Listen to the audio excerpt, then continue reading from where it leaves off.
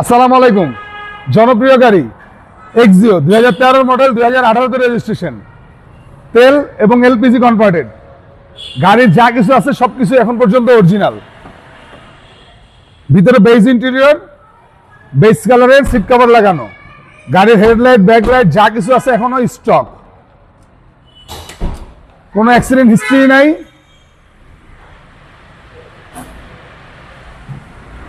Colour original এখনো, light, সামনে পিছনে গ্লাস সবকিছুই এখন পর্যন্ত অরিজিনাল।